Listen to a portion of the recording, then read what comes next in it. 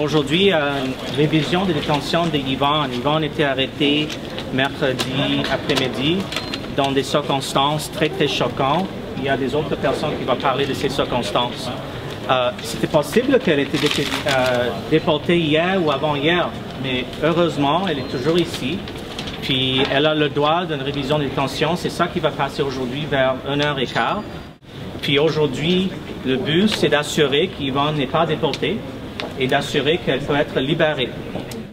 J'encourage tout le monde ici qui n'a pas encore fait de contacter proactivement le courriel de Solidarité sans frontières. Laissez votre nom. Si vous êtes avec une organisation, s'il vous plaît, laissez cette information. Parce que dans les dernières 24 heures, 36 heures, c'était très difficile d'organiser tout ça, mais si elle est libérée ou si au moins elle peut rester, on peut organiser une campagne de vigueur avec l'aide de tout le monde ici. Alors, je passe la parole à Annie qui fait du travail de soutien avec Yvonne et avec Solidarité sans frontières. Annie. Merci à tout le monde d'être là, ça fait vraiment chaud au cœur. Je m'excuse, je vais être émotive. J'aime beaucoup Yvonne. Je suis vraiment touchée par tout ce qui se passe. Je suis vraiment soulagée de voir qu'il y a beaucoup de soutien, ça va tellement la réconforter. Donc, merci à tout le monde d'être là. Je veux vous parler d'Yvonne, de son courage, dont j'ai été témoin à partir d'environ 1 an, alors qu'elle militait pour le groupe Mexicain Uni pour la régularisation. Yvonne était de toutes les manifestations, tous les piquetages qu'on a fait ici pour dénoncer les politiques canadiennes d'immigration. Elle était à toutes les dénonciations des déportations de ses camarades qui étaient mis en détention. Malgré la peur, malgré le fait qu'elle était sans papier, elle a pris souvent la parole publiquement pour essayer de dénoncer la situation, de conscientiser la population québécoise à la situation des sans-papiers. Aujourd'hui, c'est elle qui a besoin de nous. Comme tout le monde sait, elle s'est fait arrêter avant hier. Personnellement, ça faisait déjà plus d'1 an qu'elle me parlait de la violence qu'elle vivait à la maison. Mais elle avait très peur de partir. Elle avait peur qu'on lui enlève son enfant. Elle avait peur qu'on la déporte. Elle avait peur que le système favorise son conjoint qui est citoyen canadien plutôt qu'elle qui est sans papier, sans droit, sans statut. Malheureusement, tout ce qu'elle craignait s'est produit dans les derniers jours. Au mois de décembre, elle n'était plus capable, elle m'a appelé, elle m'a dit « Annie, c'est fini, je suis plus capable, je ne peux plus tolérer ça, je dois partir ». Alors on l'a mis en sécurité dans un refuge. Récemment, un juge de la cour provinciale lui a retiré la garde, d'après ce qu'on comprend jusqu'à maintenant, sous le prétexte presque exclusivement du fait qu'elle était sans papier et qu'elle ne pouvait pas, à cause de l'instabilité et de la précarité de son statut, prendre soin de son enfant. Moi, j'ai vu Yvonne avec son fils, qui est une mère admirable, patiente, qui représente toute sa vie, son enfant représente toute sa vie. On l'a remis, cet enfant-là, à un père violent qui ne s'est jamais occupé vraiment de l'enfant et qui hurlait quand l'enfant était un peu excité ou quand il ne dormait pas la nuit. Donc c'est très ironique, c'est très scandaleux ce qui s'est passé. Donc merci d'être ici pour dénoncer cette injustice-là. Je vais juste vous citer quelque chose qui s'est passé hier. Quelqu'un est allé visiter Yvonne. C'est des choses très choquantes, des paroles très choquantes qui ont été prononcées par l'ex-conjoint. Je vais vous les citer juste pour vous montrer pas tant les actions de cet homme-là, mais plutôt ce que le système permet en donnant tant de pouvoir à une personne, à un homme qui a un statut par rapport à une femme qui est sans statut. Donc, hier, il aurait été en contact avec Yvonne puis il lui aurait dit c'est de ta faute. Si tu es ici en prison, si tu étais avec moi, tu ne serais pas ici. Et après ça, il lui aurait dit s'il te plaît, prends soin de mon bébé. Il lui aurait répondu il est à moi seulement. Donc, c'est juste pour vous montrer comment est-ce que un tel abus de pouvoir est rendu possible par des politiques d'exclusion qui vulnérabilisent à un tel point des individus qui se retrouvent sans statut, sans papier. Donc, c'est complètement légitimé et permis par ces politiques d'immigration qui sont de plus en plus répressives, mises en place par le gouvernement Harper. Donc, je vais terminer là-dessus. Puis, merci beaucoup d'être là. Puis, Yvonne va être vraiment contente de savoir que vous êtes ici. Donc, c'est un plaisir de voir qu'il y a autant de monde qui sont là pour supporter Yvonne. Mon nom est Sonia Dionne, je suis directrice de la maison d'hébergement pour femmes victimes de violences conjugales où Yvonne s'est réfugiée depuis le 11 décembre dernier. Donc, Yvonne est une survivante de violences conjugales. Elle est sans statut depuis 1 an et demi. Et elle a été hébergée avec son fils chez nous pour quitter un contexte de violence, un conjoint violent, en décembre. Elle a été arrêtée ce mercredi, cette semaine, le 22 janvier à 16h, dans une intervention planifiée impliquant la police et les autorités frontalières. L'embuscade a eu lieu dans un endroit public, donc dans une station de métro, où elle devait se diriger pour pouvoir voir son fils pour une période de 2 heures seulement. Elle a été arrêtée par les autorités. Elle est maintenant emprisonnée et on n'a pas considéré que son fils a besoin d'elle, son fils d'1 an. Yvonne fait maintenant face à la déportation. Si elle est déportée, elle sera séparée de son fils, on le sait, peut-être pour toujours. Elle est présentement détenue, on le sait, dans un jugement honteux rendu le 10 janvier dernier, où nous-mêmes on a pu l'accompagner. Un juge a accordé la garde de son fils au père en citant le statut d'immigration précaire d'Yvonne. Yvonne a obtenu la permission de voir son fils que 8 heures par semaine dans ce jugement. Yvonne, comme on a pu l'observer tout au long de son séjour chez nous, est une mère aimante qui entretient un lien d'attachement profond avec son fils. On l'a observé au quotidien. Malheureusement, ni la violence conjugale, ni ses capacités parentales ont fait le poids face à la justice. C'est son statut qui a fait qu'elle a perdu la garde de son enfant. Yvonne est donc arrivée ici en juillet 2009. Elle a déposé une demande d'asile parce qu'elle fuyait un conjoint violent au Mexique. En octobre 2011, sa demande d'asile a été rejetée et en juillet 2012, elle a reçu un ordre de renvoi. Mais posons-nous la question, qu'est-ce qu'on a fait pour protéger Yvonne de la violence? Plutôt que de retourner confronter le danger réel auquel elle faisait face au Mexique, elle a décidé de joindre les rangs des sans-papiers, donc quelques demi-millions de gens, on le sait, qui vivent sans papier au Canada, qui sont des gens excessivement vulnérables. Au Canada, Yvonne, sans statut, sans revenu, avec un enfant victime de violences conjugales, elle était effectivement des plus vulnérables et ne savait pas vers qui se tourner pour chercher de l'aide. Chaque pas qu'elle faisait à l'extérieur de son milieu secret, de son petit univers secret, représentait un risque pour elle. On a vu qu'elle n'a pas hésité à le faire. Elle est allée en public pour se défendre, mais chaque pas pour elle, en dehors de ça, représentait un risque pour elle.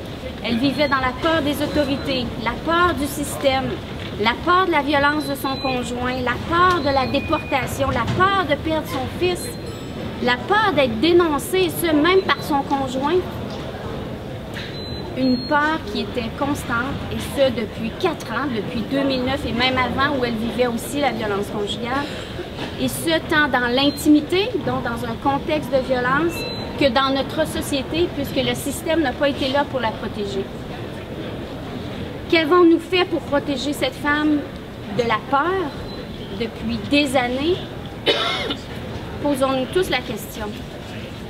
Dans le cas présent, c'est une mère qui s'est vue arracher son fils à cause d'un statut migratoire. Les éléments sont scandaleux et révoltants. Nous sommes ici pour en témoigner, pour la supporter. Nous croyons que Yvonne doit rester au Canada pour elle et pour son fils et que c'est à nous tous de l'appuyer et d'en arriver à trouver une solution et de la supporter dans les démarches. Donc nous ici, on souhaite faire appel directement au ministre le ministre, M. Chris Alexander, on fait appel à lui pour nous aider, pour intervenir dans le dossier d'Yvonne, pour faire en sorte qu'elle demeure ici au Canada avec son fils. Je veux tous encourager d'envoyer un courriel à la Solidarité sans frontières pour dire que vous pouvez aider avec la suite de cette campagne parce qu'il faut qu'on fasse une campagne. Et aussi, comme c'était mentionné, écrivez des lettres au ministre de l'Immigration, Christopher Alexander. Ça, c'est un piquetage de soutien organisé dans le cadre d'une campagne pour un statut pour tous et toutes. On veut que le statut d'Yvonne soit régularisé. On veut que tous les sans-papiers soient régularisés ici au Québec et au Canada. La prochaine intervenante sera Dr. Belland, qui avec Dr. Munoz, avec Médecins du Monde, qui ont aussi soutenu Yvonne. Donc, moi, c'est comme Annie, ça risque d'être émotif. Je n'ai rien préparé, j'y vais spontanément. Moi, c'est vraiment Yvonne, la maman que j'ai connue, et non pas Yvonne, la militante. Yvonne m'a consultée alors qu'elle était enceinte de son petit garçon, parce qu'elle avait une polyarthrite inflammatoire. Je l'ai donc connue enceinte jusqu'aux oreilles, et par la suite, je l'ai connue maman, puisqu'elle venait aux consultations toujours avec son petit garçon, parce que d'après ce que j'ai compris, c'était exclusivement elle qui s'occupait de l'enfant. Je l'ai vu interagir avec le petit garçon dans le bureau, je l'ai vu être tendre, je l'ai vu être rigoler des pitreries de son enfant qui à un certain moment essayait de se mettre debout partout, qui touchait à mon stéthoscope, etc. Progressivement, bon, c'est devenu pour moi également clair qu'Yvonne était victime de violences certainement psychologiques et à l'occasion physique. Lors d'un rendez-vous en septembre dernier, elle m'a annoncé qu'elle cherchait des maisons d'hébergement parce qu'il était temps qu'elle fuit la violence à domicile. Et malgré tout, ce n'est qu'en décembre qu'elle finalement a mené son projet à terme. Et la raison pour laquelle ça a tant tardé, c'est parce qu'elle avait peur qu'on lui arrache son enfant. Elle m'a dit par-dessus tout, ce dont j'ai peur, c'est de perdre mon enfant. Elle s'était vraiment renseignée un petit peu partout et était convaincue quand elle est partie que ça ne pouvait pas lui arriver. Or, il y a 2 semaines, c'est ce qui est arrivé. L'enfant a été remis au père. En fait, je pense qu'elle a 2 options, soit qu'il soit remis à la DPJ ou qu'il soit remis au père violent qui, en fait, n'en avait rien à foutre de cet enfant. Et elle a eu donc, ils ne lui ont donné la possibilité que de le voir quelques heures pendant la semaine. Mercredi à 10h30 le soir, le téléphone sonne chez moi. C'était Yvonne qui m'a raconté comment ça s'est passé. Ça s'est passé au métro Berry-UQAM parce que comme elle avait peur de son conjoint, elle s'arrangeait pour que l'échange de l'enfant s'effectue dans un lieu public. Donc ça s'effectuait près des guichets au métro. Et elle a aperçu son conjoint de loin qui avait l'enfant dans les bras et elle a tout de suite senti qu'il y avait quelque chose qui se passait d'anormal parce que le conjoint était accompagné d'autres membres de sa famille qui se tenaient à l'écart. Donc, on s'est servi de son enfant pour l'appâter, pour l'attraper par les agents de l'immigration et l'envoyer en prison. Ce seul fait pour moi est absolument inconcevable, inhumain, invraisemblable. Et puis voilà, il faut dénoncer cette situation, il faut qu'Yvonne puisse retrouver son petit garçon. Cet enfant-là n'a plus de mère, cette mère a perdu tout ce qu'elle avait en fait. Alors, c'est pour ça que je suis ici aujourd'hui. Le Médecins du Monde est évidemment extrêmement inquiet de voir comment les droits des femmes en détresse, une femme qui est victime de violences conjugales, qui demande un refuge dans un refuge pour femmes violentées, se retrouve face à cette situation où on lui enlève la garde de son enfant alors que c'est elle qui s'est occupée des soins de l'enfant et qu'on la détienne et qu'on la menace de déportation. On est, en tant qu'équipe médicale qui l'avons vue enceinte, s'occuper de son enfant, être une excellente mère, on ne peut que déplorer cette situation et Médecins du Monde est évidemment extrêmement inquiet de la séparation, l'effet que la séparation peut avoir sur la mère et l'enfant. On se rappelle que c'est un enfant d'1 an qui est séparé de la figure parentale la plus significative qu'il a. Donc, c'est évident que la séparation temporaire que ces deux personnes vivent est très grave, mais une déportation signifierait une séparation définitive qui serait catastrophique autant pour la mère que pour l'enfant. Et les Médecins du Monde tient à appuyer cette femme dans cette situation, ainsi que toutes les femmes qui vivent des situations où elles peuvent être manipulées, où elles peuvent être menacées en raison de leur statut précaire. Well, she lost her status 2 years ago. She came to Canada more than 4 years ago. And the circumstances of what's happened to Yvonne in the last 3 months or so are really shocking and quite disgusting. Her refugee claim was refused, so that's a problem. In December, it was necessary for her to take refuge in a women's shelter due to domestic violence, and that happened in December. She has a Canadian-born child. In January, in a decision that can only be described as stunning and shocking and disgusting, a family court judge decided to give full custody of Yvonne's child to the abusive partner, who's a Canadian citizen. So 2 weeks ago, she had her child taken away from her. And one of the reasons cited by this family court judge was the fact that she's a non-status woman. She doesn't have status, as if that has anything to do with how loving or how caring a parent you might be.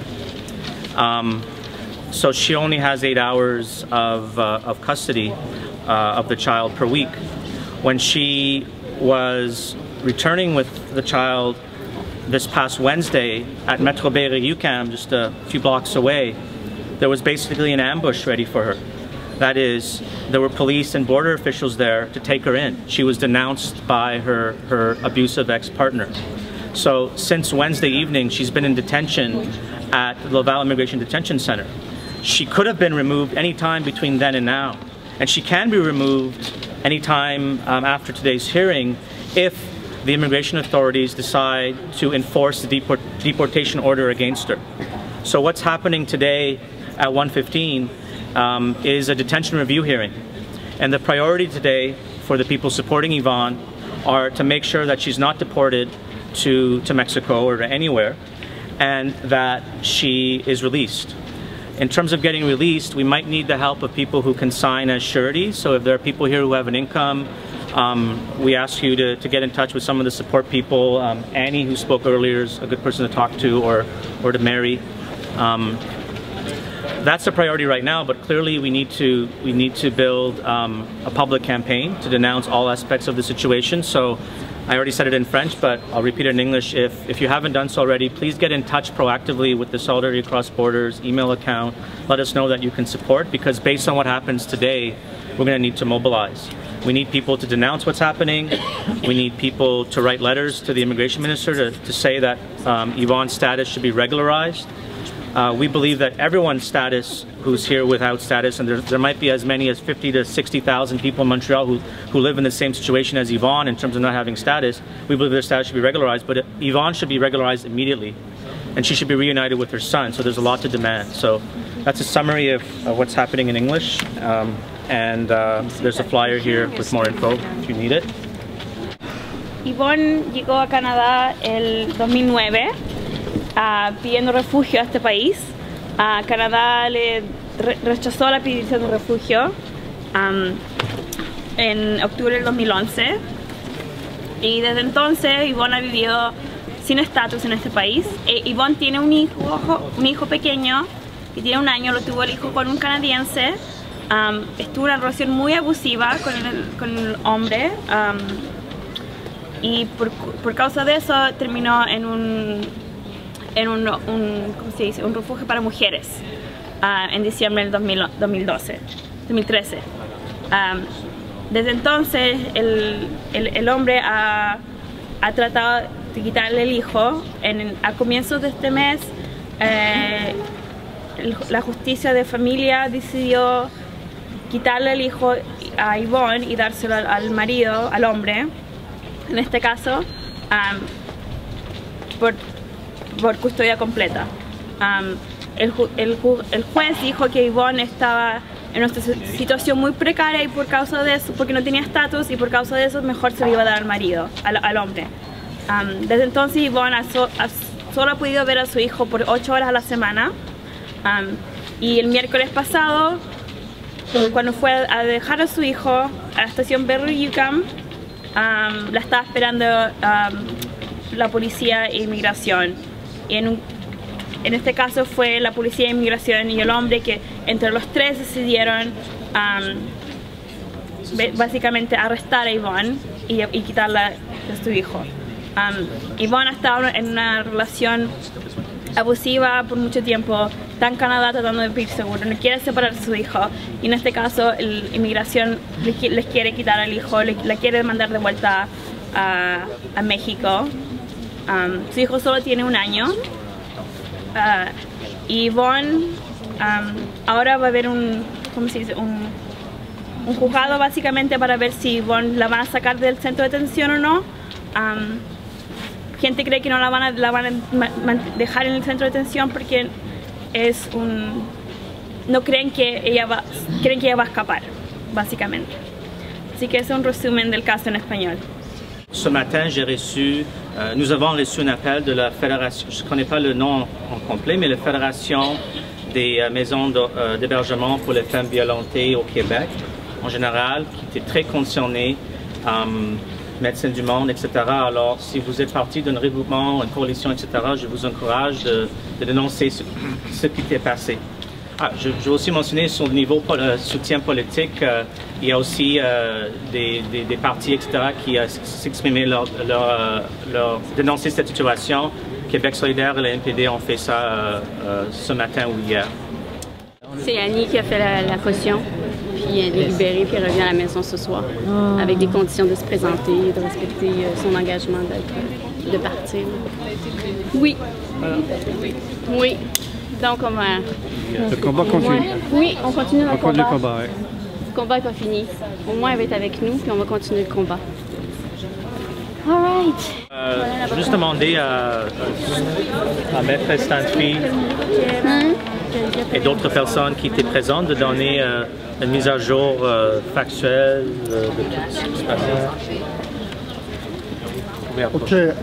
Elle va être libérée. Il y a un cautionnement qui a été offert par Annie Lapalme. Elle a témoigné par rapport à son problème de victime de violence conjugale de façon très émotive et très claire. L'Agence des services frontaliers a été d'accord qu'elle puisse avoir sa liberté, qu'elle se rapporte avec eux chaque 2 semaines. Maintenant, il y a une lutte qu'il faudrait faire. Il y en a 3 luttes. Une, c'est pour faire casser la décision de refus de réseau humanitaire qui est à la Cour fédérale, où il n'y a pas de décision finale, ça va traîner 2-3 mois aussi. On a fait une demande de rouvrir sa demande de réseau humanitaire et nous allons tout de suite faire une demande de sursis administratif pour qu'elle ne se fasse pas renvoyer. En réalité, on est devant une situation où on a un homme abuseur qui veut utiliser l'État canadien pour se défaire d'une épouse incommode. Et c'est pas mal révoltant comme situation, mais au moins elle va avoir sa liberté ce soir. Et on espère qu'elle va pouvoir voir le bébé demain, lors de la rencontre hebdomadaire, qu'elle va pouvoir voir son bébé. Et on espère qu'à un moment donné, les juges dans ce pays vont se réveiller, se rendre compte qu'on ne devrait pas pouvoir utiliser notre système judiciaire pour faire des abus comme ça contre une femme indéfense comme ça. Ça, c'est plus ou moins les faits. Okay, in English, more or less what I was saying, they have agreed to free her with a bail of $4,000 offered by her good friend Annie was somewhere around here. I don't see her. And she testified quite emotionally about the conjugal violence, the domestic violence that she suffered, and her baby, and the threats that were made to her to be deported if by this man. We have 2 or 3 things we're still working on for her. One is we're asking for a judicial review of the humanitarian refusal at the federal court. That's going to take 2 or 3 months. We don't know what will happen. We also asked to reopen the humanitarian case because a lot of the evidence wasn't there, and I'm going to again make a request to reopen based on the marriage sponsorship breakdown and this system, the fact that she is a victim of domestic abuse, domestic violence. Also, we will be making an immediate request for an administrative stay on the deportation based more or less on the facts that you're aware of here. Really, it's a revolting situation when an abusive man can use either the CBSA or the courts to have his inconvenient immigrant wife deported like that. It's quite shocking. I think if we fight, and with the solidarity of people like you, that she's going to stay here eventually forever. But it's really shocking that the way she was detained at Barrie Metro, the fact that the authorities lend themselves to this type of abuse, it's not easy to accept. But that's more or less the facts right now, okay? And I thank you all for being there today. Here, thank you all for being here today. I'm afraid I'm losing my concentration. She was very emotional. Thank you.